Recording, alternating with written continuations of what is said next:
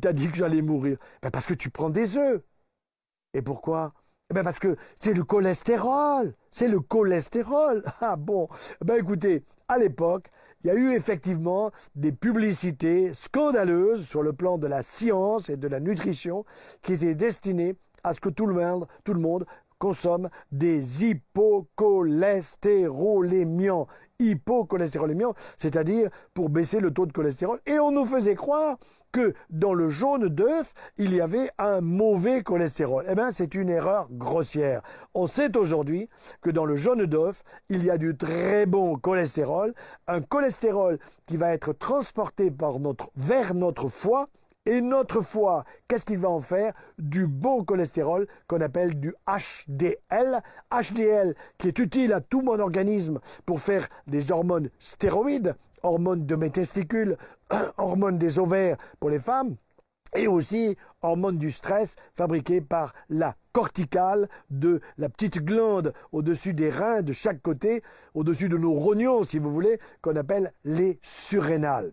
Et donc, grâce à ce jaune d'œuf, je vais avoir un excellent cholestérol qui en même temps, et ça c'est fabuleux, va pouvoir passer au niveau de mon cerveau pour véritablement huiler. Le mot huiler, j'aime beaucoup ce mot huiler mon cerveau, car si je prenais mon cerveau, je vous le mets sur la table, et puis je le passe à la moulinette, je vais en sortir de l'huile. Alors pas de l'huile d'olive, ça sera de l'huile de cerveau, ça sera de l'huile de l'intelligence humaine qui a véritablement besoin. Alors, ce qui est intéressant aussi, c'est que parmi les éléments gras de notre alimentation, il y a le gras végétal et le gras animal. Bien sûr que vous avez dans la viande rouge du gras, bien sûr que vous avez dans un canard du gras, et le gras du canard est meilleur pour votre cœur, pour votre organisme, que le gras d'un excès de viande rouge. Ça ne veut pas dire qu'il ne faut pas en prendre, il faut en prendre un bon steak une fois par semaine et il faut s'en régaler. Bon, donc,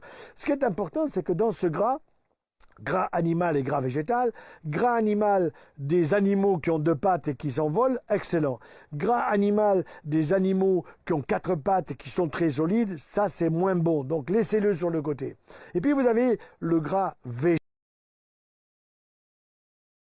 végétal. Et le gras végétal, c'est quoi? C'est l'huile d'olive. Avec mon épouse, quand nous sommes que tous les deux, nous consommons pratiquement 1,5 litre d'huile d'olive par semaine. C'est pas du gros rouge. C'est de l'huile d'olive. J'en mets sur le petit déjeuner, bien entendu.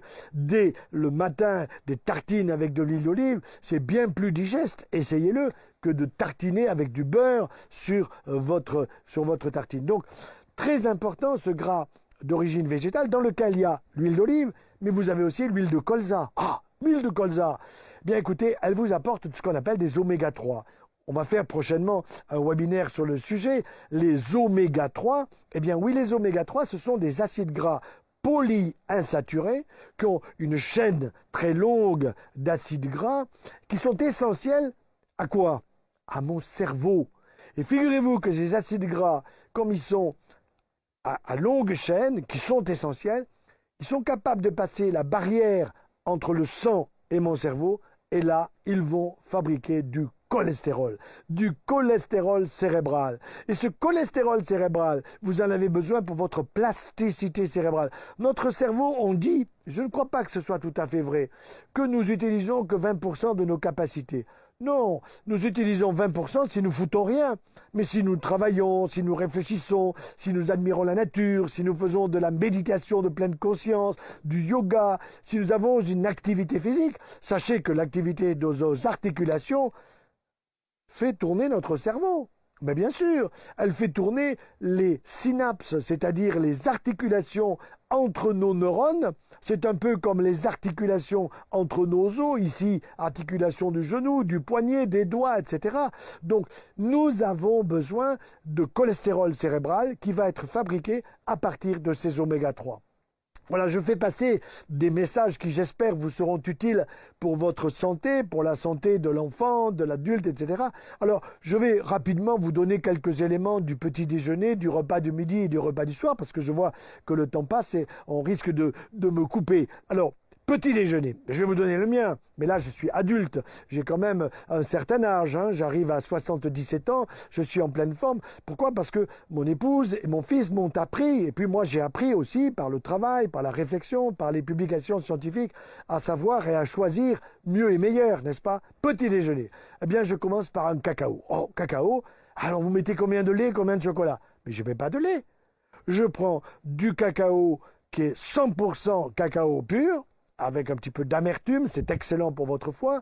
Là-dedans, vous avez énormément, j'ai écrit un livre d'ailleurs qui s'appelle « Se soigner avec le chocolat », avec un maître chocolatier. Moi, je ne vais pas avec n'importe qui. J'ai pris un maître chocolatier d'ailleurs de Châtellerault, que j'aime beaucoup, qui s'appelle Jean-Claude Berton, et qui a fait des choses merveilleuses avec Omega Choco en particulier, où il a su marier la graine de lin avec le chocolat. Donc, je commence par un cacao, combien? Un demi-litre. Ouh là là, un demi-litre. Et oui, bien sûr. Et ça va me permettre d'avoir de bonnes éliminations urinaires dans la journée. C'est capital. J'ai pas fini. Évidemment, je vais prendre 2 œufs à la coque, des cocottes de la région. Bon, et là, nous avons des œufs toute l'année, si possible bio, ou bien, peu importe si c'est pas bio, mais d'un agriculteur qui est un de mes amis que je connais, où j'ai pu voir ses poules. Voilà. Et donc, 2 œufs, et mon épouse